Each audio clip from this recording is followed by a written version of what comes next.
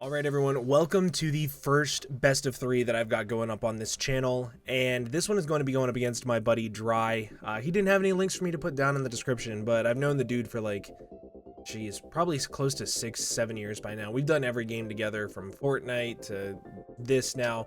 He's a great dude, so make sure you go check him out. He's going to be playing a version of Solar Nexus, which is hard to play against in all honesty if they can get it set up, and I of course am going to be using the cows deck. So let's go ahead and hop into the first game. So we both draw 5, and I believe I actually won the roll to go first, and I'm going to start out by just casting my Apollo. I actually had it in my hand, which is really useful because I don't have to waste my normal cast to use a Plucky to then get another Apollo, which slows down the tempo of the game a ton. And you're gonna see a couple of cuts in this. It's simply because we were playing just chill in call and trying to get everything situated, since this was the first webcam best of 3. I go ahead and expend, well, I don't expend, I disenchant 1 in order to foretell 3, and then I put them back in the order to where on the following turn I'll draw the first light, and then I don't have to use it to put soul stocks on top of my deck. So I can foretell directly, and I will still have the first light in hand in case things get dicey in the next round. So he's actually going to go ahead and start out with his Plucky to search the Apollo, which is exactly what I didn't have to do, which is really, really good for me.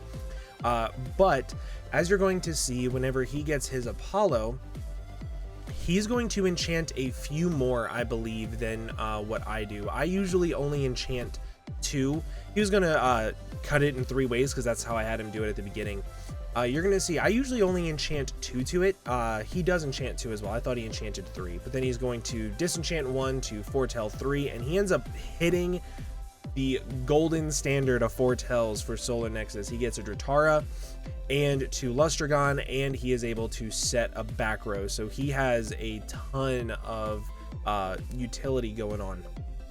He's going to pass it back to me, and what's really nice is I can just go ahead and Earthquake and get rid of the Plucky, so I'm able to now use my Soul Stocks that I have on the top of my deck already from the last time I foretold to be able to go ahead and just go to town. So I'm going and potentially destroy his back row depending on what it is that's set.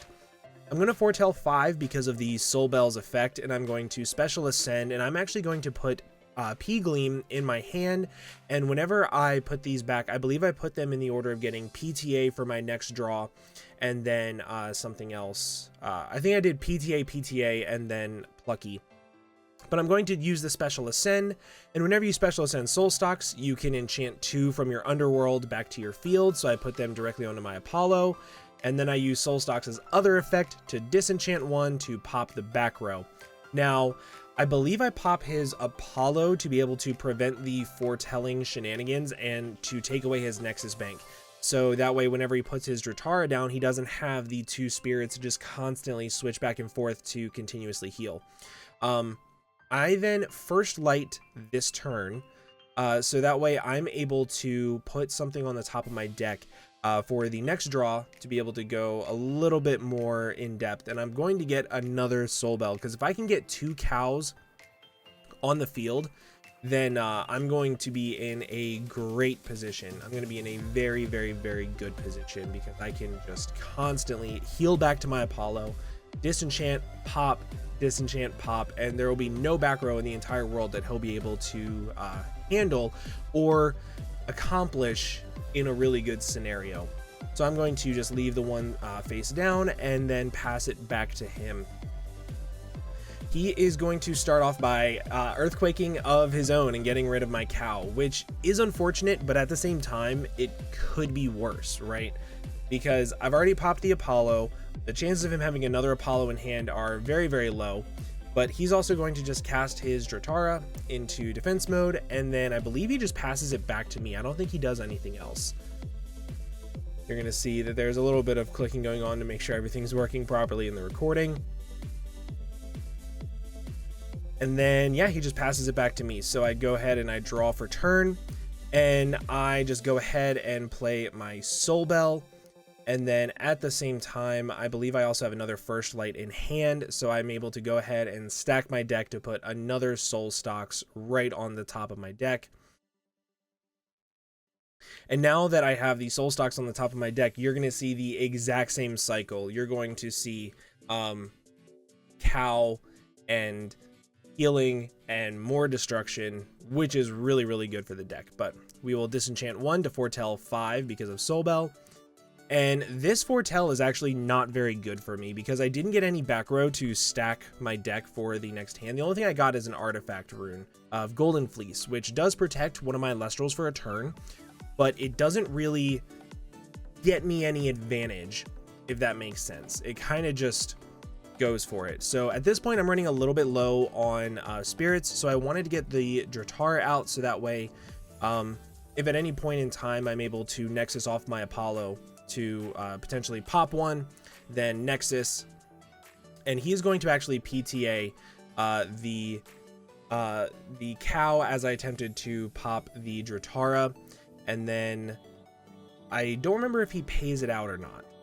I think he does. So he does pay it out, so then I do lose my second big cow.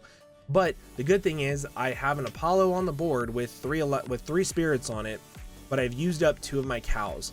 So he's now going to enchant 3 solar to it, which is very difficult. And we're counting, I believe I have about 7 spirits left, and I think he has about the same. He's going to disenchant 1 to foretell 3, and he gets really good back row, but no elestrals to add to hand, which we know he has a Lustragon in hand because of the foretell that he did whenever he pulled the Dratara. The next turn he drew the Lustragon, so he needs to figure out a way to get it out, but he's just going to pass to me. And I'm going to start with my Dratara. I'm going to Nexus 1 in order to heal 2, and then I'm able to swing in for 2, which is a pretty big deal because he's running a little low on spirits and doesn't have any back row for it.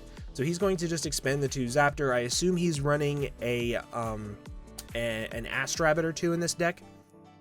But now he's going to disenchant 1 to foretell 3, and he gets the Dratara. So if he hit another back row, he wouldn't have been able to heal, he wouldn't have been able to play anything, he would have been struggling a little. So he is going to start out with the Stadium Rune, I believe it's called Temple of the Sun, I can't remember, which gives +1 attack and defense for every spirit enchanting it.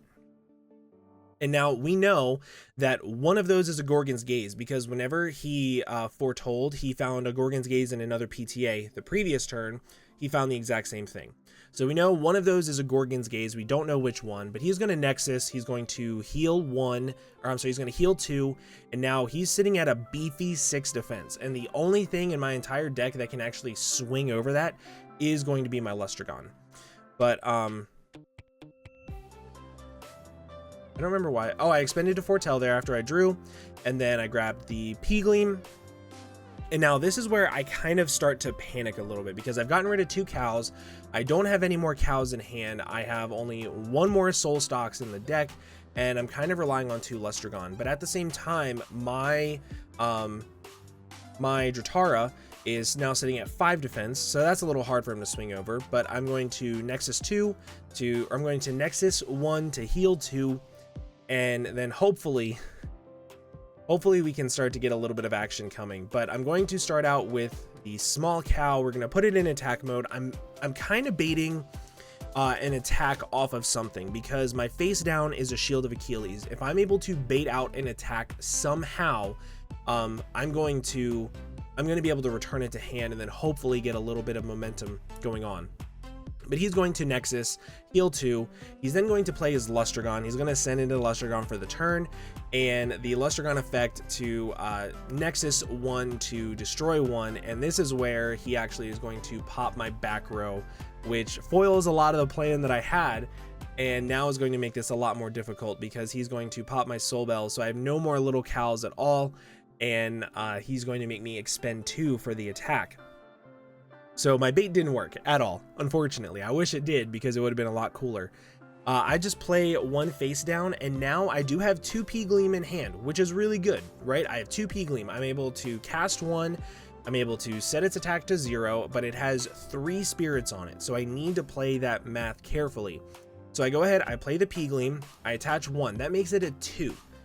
On the cast, he's going to PTA me, and I actually forget this at this point because I use my P-Gleam's effect to set Lustragon to 0, but because the Temple of the Sun is actually at 3, I'm going to Nexus from my Dratara to my Peegleam, making it a 2, and unfortunately, I do not hit over the Lustragon because of the PTA. And the negative of 2 from the PTA typically doesn't come into play, but when it does, you forget all about it, and that's where it becomes very, very forgetful.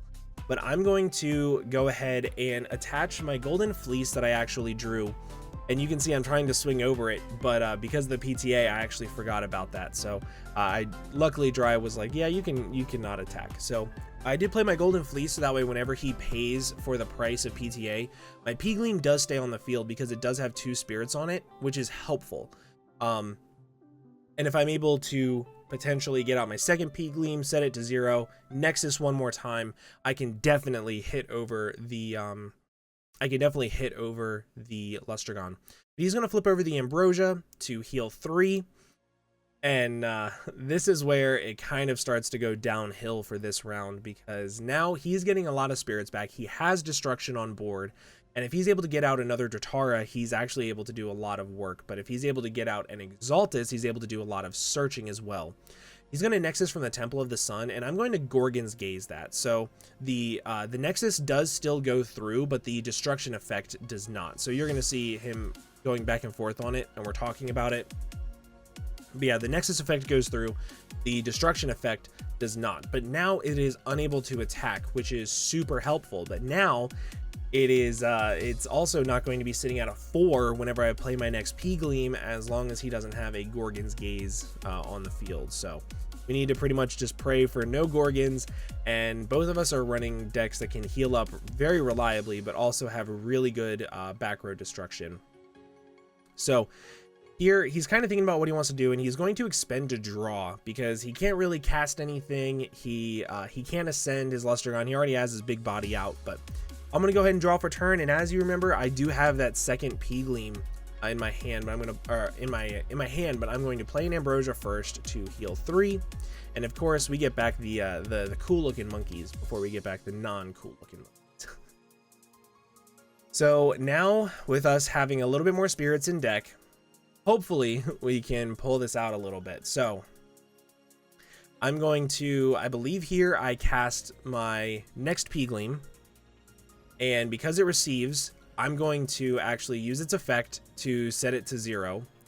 He's going to take 2 spirits from it to Gorgons it, which is fine because I do have my Nexus effect to be able to heal 2 more and then add it to this Peegleam, which will then allow me to set it to 0 again. So I set up 2, but he has a second Gorgons. He had both Gorgon's Gaze face down, which if I remembered from him foretelling earlier, I would have known that. But unfortunately, we're sitting a little unpretty now because I have 3 spirits on a Peegleam, but I haven't been able to really pop the effect and get it to work the way I wanted to. But because I did Nexus, I do get to heal 2.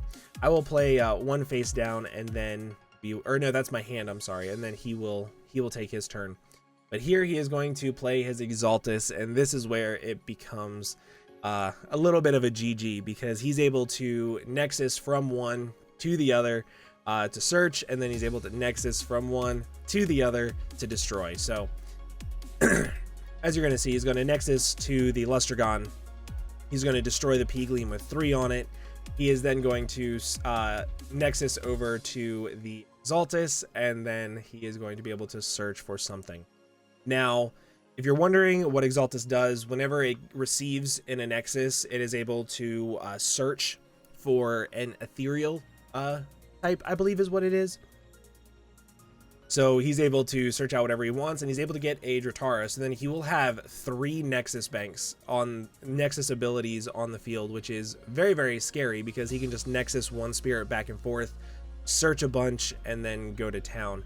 So as you're going to see, I draw here, and I believe I drew a Lustragon, I drew the Cybermaw. So I'll use the effect to search for a Golden Fleece, but it's very difficult for me to come back from this, because there isn't much of anything I can really do. So he's counting spirits. He's looking at what he wants to do to see if he wants to use an effect to negate the golden fleece, or the search for the golden fleece. He's thinking really hard about this because he knows that if he activates that final Gorgon's Gaze, all he has to do is Nexus 1, destroy, and then swing in, and he's got the game. So very unfortunate, very, very, very unfortunate, but I just have to pass, and he is going to set one more face down. And now he is going to Nexus to the Lestragon, get to destroy. He is going to destroy my Cybermaul, and then he is going to Nexus one more time.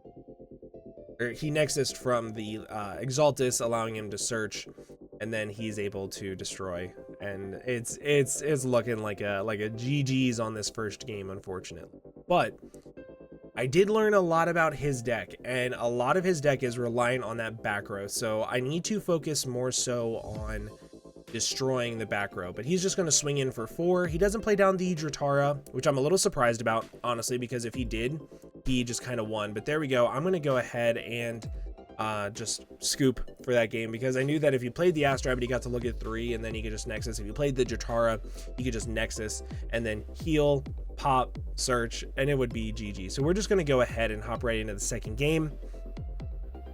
Now, this second game is probably my favorite of the 3. I'm going to start out with a little bit of an unlucky hand, because I do have to play Plucky in order to search for my Apollo, but Plucky is a very, very, very good card. I love Plucky. It's one of my favorite cards in the deck, because it does have a really good defense stat of 4, so you're able to do a lot with it. So I'm going to go ahead and shuffle, and then I'm just going to play the Apollo right away.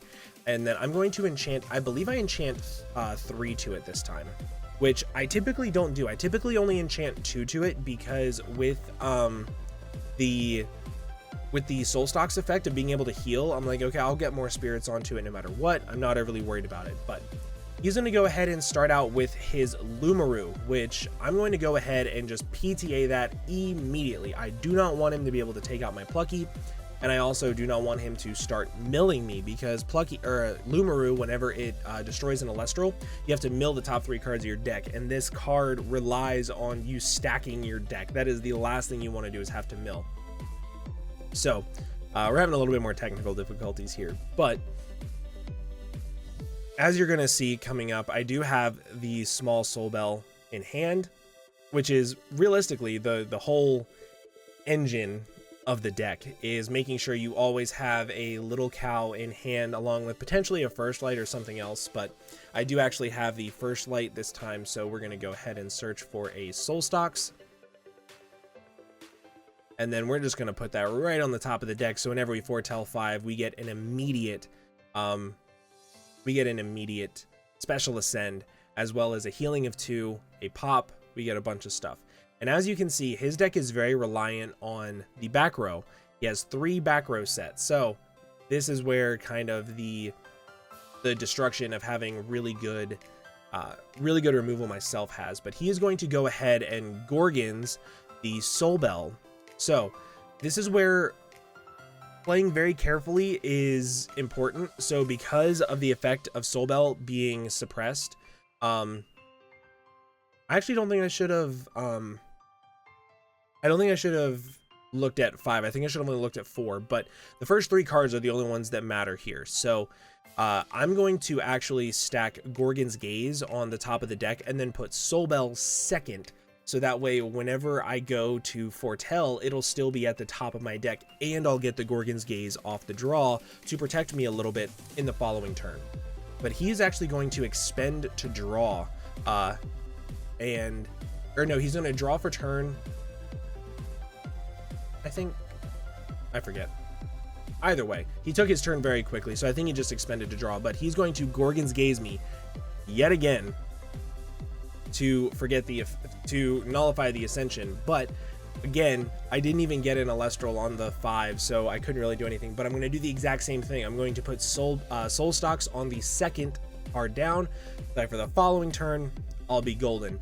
I'm just going to go ahead and put a Soul Bell down. Now, realistically, I should have done this before I foretold, because if I were to look at 2 Soul Stoxes, then I could have Special Ascended twice, and then we wouldn't be here. But that was a really big misplay. So I'm going to actually go ahead and put Gorgon's Gaze down that I got off of the Foretell, and I'm actually running low on spirits already, but I'm going to prevent the draw to look at 3, and then he can't really do anything after this because he can't cast any more elestrals, and his back row I'm not really swinging into anything. So I'm going to disenchant one more time. Now this is where I kind of don't really know the exact rules on this, so if any people that are judges or judge helpers can let me know on this, because this says that you reveal an additional 2 cards, because I have 2 of them down, I think I reveal 7, which luckily whenever I made the mistake of foretelling 5 when I should have done 3, luckily this kind of makes up for it. But we both agreed that because it's 2 additional cards per card, that it would be I foretell 7. So this is where it gets very, very tricky, because I find 2 elestrals that I really want to add to my hand, the Dratara and the Peegleam. The Peegleam is a really good get out of jail free card because he's already used 2 Gorgon's Gazes. I'm going to set the Soul Stocks aside because I know I'm going to Special Ascend that. And then the order that I believe I put these back in, I think I put Ambrosia back in first, so on the next turn I'm able to heal a little bit, because right now healing is pretty important for this deck because I'm running very, very low on cards, on spirits to be exact. But I'm going to Special Ascend, I'm going to attach the 2, and then I'm going to use Soul Stox's other effect of disenchanting 1 off of the Apollo to be able to pop, I believe I popped the Rabbit, because at this point I'm not really too worried about the Gorgon's Gaze, and I'm going to switch my Soul Bell to attack, I believe. Here I'm explaining the misplay that I did before, where I should have put down the Soul Bell before I foretold after he Gorgons, or in case he Gorgons is what I should have done. But here I'm actually going to poke for 2. I'm not going to poke for 4 with the Soul Stocks because I do want to be a little weary of a Shield of Achilles. I want to be able to pop that back row before I start to swing in for a big Elestral that is a little difficult to get out. So I got to be careful of that. But here you're going to see he's actually going to play the Apollo, and he's just going to enchant 1 to it.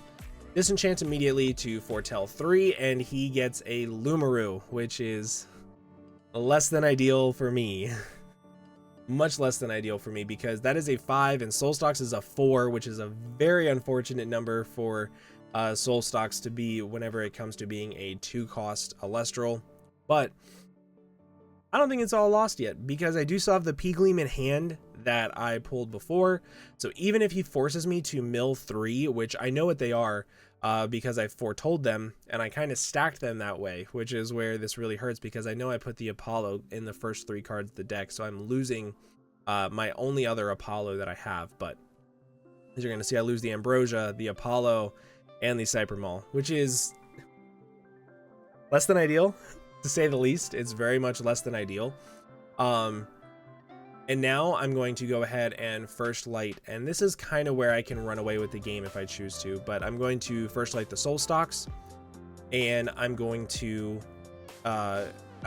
foretell with it, heal 2, and then pop again. So this is just a vicious cycle that this deck is able to do very, very, very easily.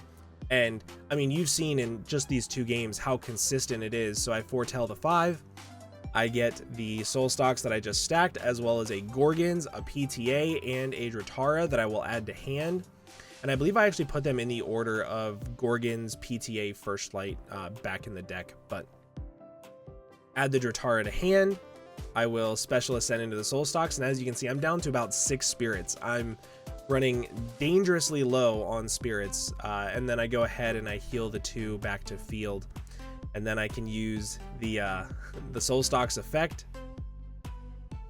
to disenchant 1, to pop 1, and I believe I actually popped the back row because I plan on casting the Peegleam to be able to take out the Lumaru, which realistically that back row was what I was really worried about. Luckily it was an altar and not a Shield of Achilles, so I could have swung in a little bit harder the turn before, but I will play the Peegleam, and then I will swing into the Lumaru with the Plucky, and then I will swing in total for 3, which is looking very, very good for me because I believe he's on about 5 and I'm on about 5. So it's a very, very, very close game. And this is where it begins to begin. It begins to get very, very tricky. English is difficult, but he foretells 3 and actually does not find a solar elestral, so he can't add any of them to hand. So he just has to expend the draw, I believe, or no, he ambrosias to get the 3 back, and then I believe he expends to draw because I don't think he has another solar elestral on them. I think. Pretty sure, if I remember this correctly. We did this a couple days ago, so I don't remember completely entirely. See, he's thinking really hard about this because he knows that I'm able to disenchant 1 off of the Apollo, pop the back row, and then swing in for the 4 that he just has. But he does have the Dratara. He's just not able to Nexus to get any of the effects off of it. So he does have to be a little bit careful here because if I'm able to get out a Lustragon, I'm able to swing in very, very hard. But what I'm going to do is I'm going to play my own Dratara, so that way I'm able to heal a little bit as well. I'm going to disenchant 1 using Soul Stalks' effect in order to pop the Dratara, and then I think I'm going to use the Nexus effect off of this to Nexus from the Apollo to my, right? No, I Nexus from the Plucky to my Dratara, so that way I free up my field a little bit, because you can only have 4 Elestrals on field, and then I'm able to heal 2. And then next turn, what I was planning on doing was playing my Cypremol to be able to get the Golden Fleece, and now I'm able to swing in for 5. Even though he just healed for 6 last turn, he's taking 5 damage this turn. And if you remember, that face down card that I have is a Gorgon's Gaze from whenever I foretold from the turn before. So now, no matter what he does, I'm able to actually just Gorgon's Gaze it. All right. I put PTA on first. That's weird. I'm going to just enchant the 2 for the cost of it. And he's going to look at 3 and put 1 in his hand. Pretty much no matter what he does at this point, I'm able to pop the back row and then swing in for the rest of the game because I don't have to worry about popping the front row. So he is going to just go ahead and scoop. And he knows that I can just pop the... he knows that I'm able to... At the end of the turn, the Azrabbit's going to go away. I can disenchant from my Apollo to destroy the back row, and then I go ahead and I swing in for 5. So we're now tied up at 1 game to 1 game, and then we go ahead and start this next game, and he decides to go first. Starts out with a Lumaru, placing 3 in the back. So this is difficult. And if I recall correctly, my hand is some hot doo-doo that I should have mulliganed, but I didn't because I have like Temple of the Sun, Cypremol, First Light, and something else. But I believe I have to use one of my First Lights on a Plucky because I don't even have a Plucky or an Apollo in hand.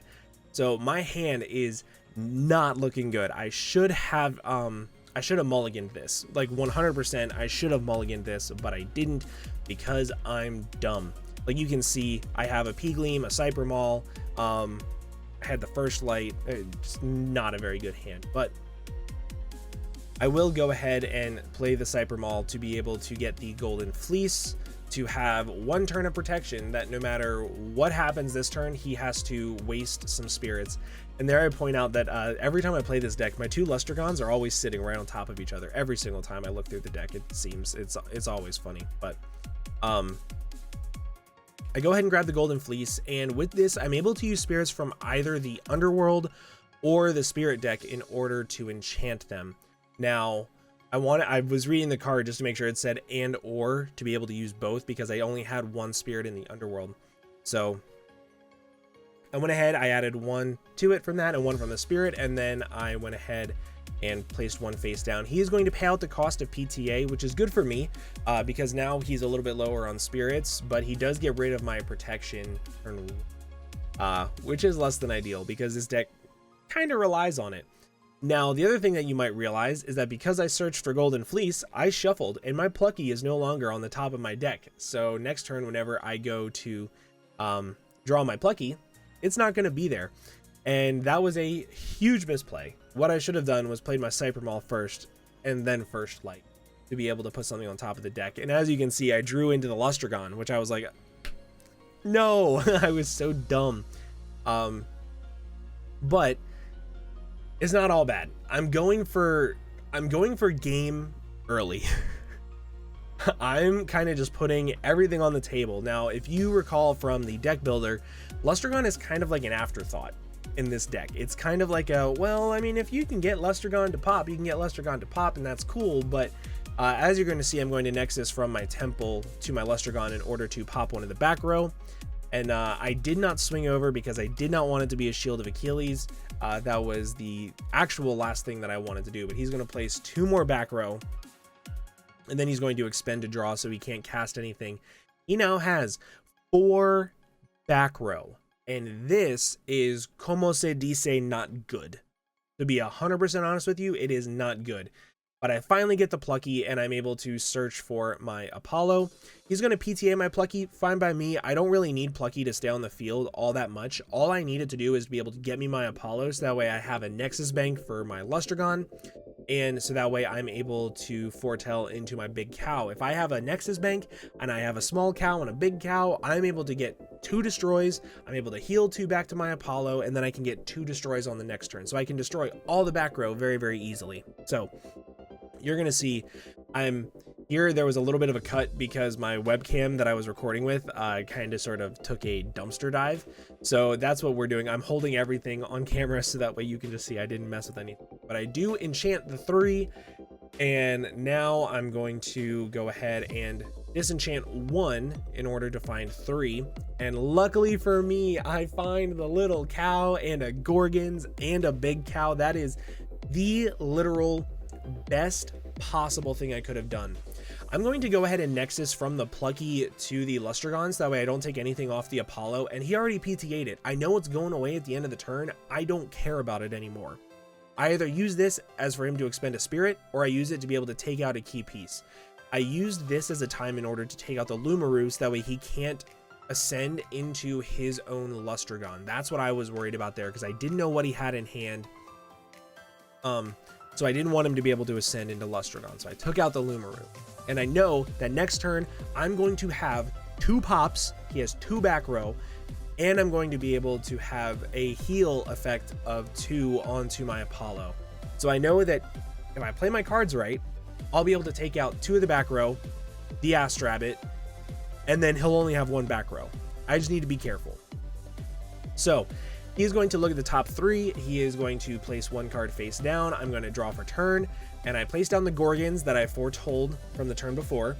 And now with the Soul Bell, I disenchant 1 in order to foretell 5. I get the Soul Stocks that I saw before, as well as 3 really good back row. Shield and 2 PTAs. That's really, really good for me. So I go ahead and I Special Ascend into my Soul Stocks. And now that I have Soul Stocks on the field, I was debating on whether or not I wanted to put it into attack or defense, but I did put it into attack because I know that with me having Lustragon on the field, I need to go full offensive. And then I go ahead, I disenchant 1 in order to destroy. I believe I click the back row, closest to the spirit deck, and it is a shield. That is a huge hit. And now what I do is I use the Nexus effect to take 1 from my Apollo to put it on Lustragon in order to pop, I believe, the second back row, which I do the one that is, again, closest to the spirit deck, and that is an Altar of Stars. So now I've destroyed a shield and an altar. I pass, because I do not want to swing into another shield. That is the biggest worry. I have 5 spirits onto my Lustragon, and because I have the Gorgons, I'm able to Gorgons the P-Gleam, and that leaves it perfect for me. Absolutely perfect for me. I draw for turn, I draw the PTA from before, and now as you're going to see, I disenchant 1 in order to pop the back row, which was another Altar of Stars, and then I Nexus from my Apollo into my Lustragon in order to pop the Astrabbit. primarily because I know I can swing over the P-Gleam with literally anything and force him to take a bunch of spirits. So he takes 1 there, and then 1, 2, 3, 4, 5, 6 more from me swinging into my Lustragon. And now my friends, we're cooking, because I believe he only has like 3 spirits left and I have about 7. And this is, I kind of gambled with this best of 3. I kind of gambled on this game 3 because either he gets the nuts or he doesn't. But I'm going to go ahead and I'm going to PTA that P-Gleam, because now it's sitting at 0. My Lustragon is sitting at 0. He cannot swing into it, and he's going to go ahead and just scoop. And as you're going to see, I'm circling over the Lustragon saying this is stupid, because it is. I PTA'd the P-Gleam because if he sets my Lustragon to 0 and he is also at 0 because it's only a 1 attacker and he swings into me, he has to take the damage from Lustragon anyway. So no matter what, I came out on top because of that PTA. But this best of 3 was so good. Coming back from the game 1 where it was very, very difficult for me to win, to having 2 games where essentially it just seemed like I steamrolled because of the destruction effect of the cows. The cows are so good. But I hope you guys did enjoy the best of 3. If you did, please make sure to leave a like down below, and I will see you guys in the next video. Bye-bye.